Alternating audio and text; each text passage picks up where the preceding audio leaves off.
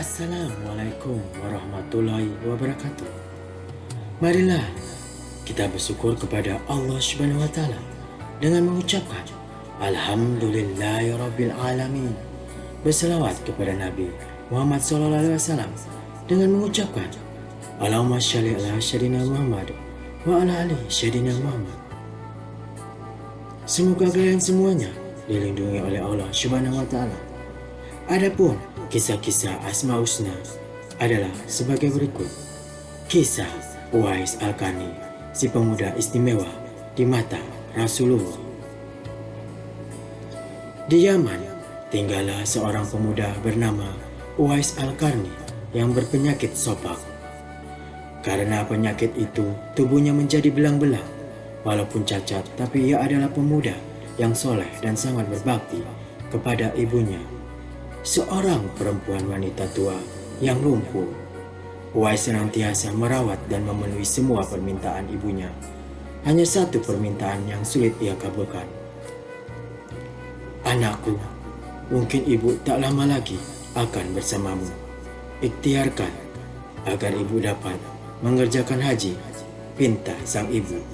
Mendengar ucapan sang ibu, Uwais termenung. Perjalanan ke Mekah sangatlah jauh, melewati padang tandus yang panas. Orang-orang biasanya menggunakan unta dan membawa banyak perbekalan. Lantas, bagaimana hal itu dilakukan Uwais yang sangat miskin dan tidak memiliki kendaraan? Uwais terus berpikir mencari jalan keluar. Kemudian, dibelilah seekor anak lembu. Kira-kira untuk apa anak lembu itu? Tidak mungkin pergi haji naik lembu. Uwais membuatkan kandang di puncak bukit. Setiap pagi ia bolak-balik menggendong anak lembu itu naik turun bukit. Uwais gila, Uwais gila, kata orang-orang yang melihat tingkah laku Uwais.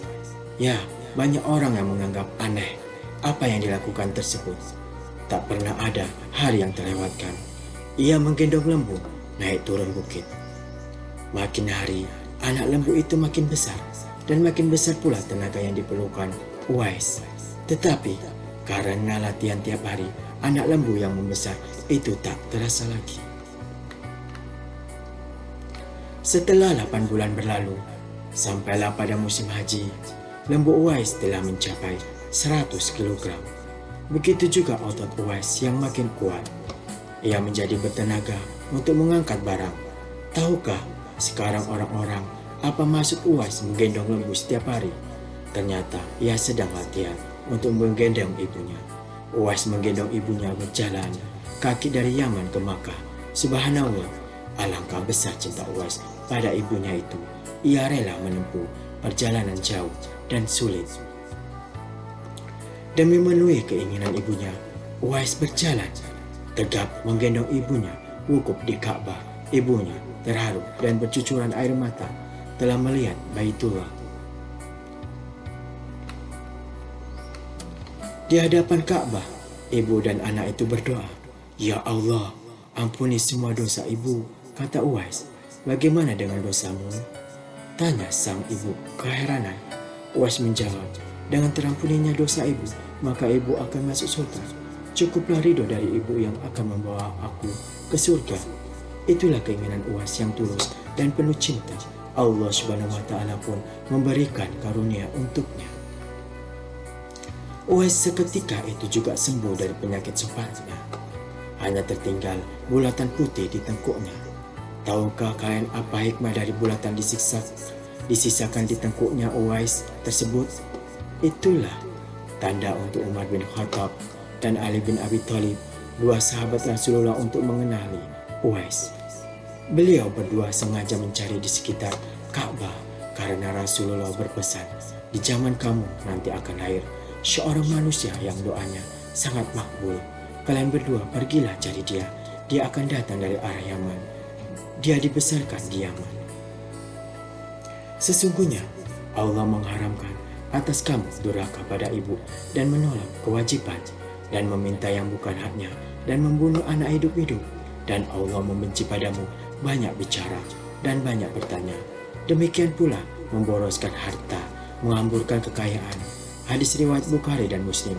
Uwais Al-Qarni pergi ke Madinah setelah menempuh perjalanan jauh. Akhirnya, Uwais Al-Qarni sampai juga di kota Madinah.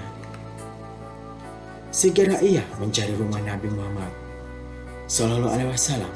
Setelah ia menemukan rumah Nabi, diketuknya pintu rumah itu sambil mengucapkan salam.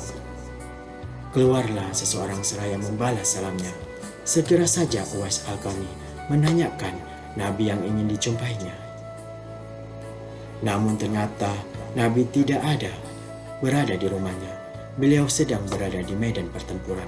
Uwais Al-Qarni hanya dapat bertemu dengan Siti Aisyah radhiyallahu anha, istri Nabi. Betapa kecewanya hati Uwais. Dari jauh ia datang untuk berjumpa langsung dengan Nabi, tetapi Nabi tidak dapat dijumpainya. Dalam hati Uwais Al-Qarni bergejolak perasaan ingin menunggu kedatangan Nabi dari medan perang, tapi kapankah Nabi pulang? Sedangkan masih terngiang di telinganya pesan ibunya yang sudah tua dan sakit-sakitan itu agar ia cepat pulang ke Yaman. Engkau harus lepas pulang. Akhirnya, karena ketaatan kepada ibunya, pesan ibunya mengalahkan suara hati dan kemauannya untuk menunggu dan berjumpa dengan Nabi. Karena hal itu tidak mungkin, Uwais Al-Qarni dengan terpaksa pamit kepada Siti Aisyah radhiyallahu anha untuk segera pulang kembali ke Yaman. Dia hanya menitipkan salamnya untuk Nabi. Setelah itu, Uwais pun segera berangkat pulang, mengayunkan langkahnya dengan perasaan amat sedih dan terharu. Peperangan telah usai dan Nabi pulang menuju Madinah. Sesampainya di rumah, Nabi menanyakan kepada Siti Aisyah radhiyallahu anha tentang orang yang mencarinya. Nabi mengatakan bahwa Uwais anak yang taat kepada orang ibunya adalah penghuni langit.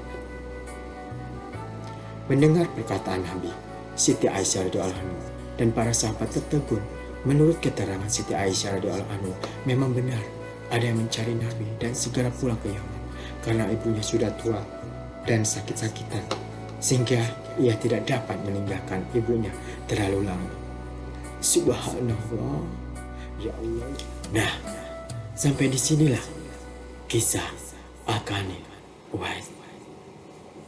Semoga kita mendapatkan hikmah dan dapat mengamalkannya.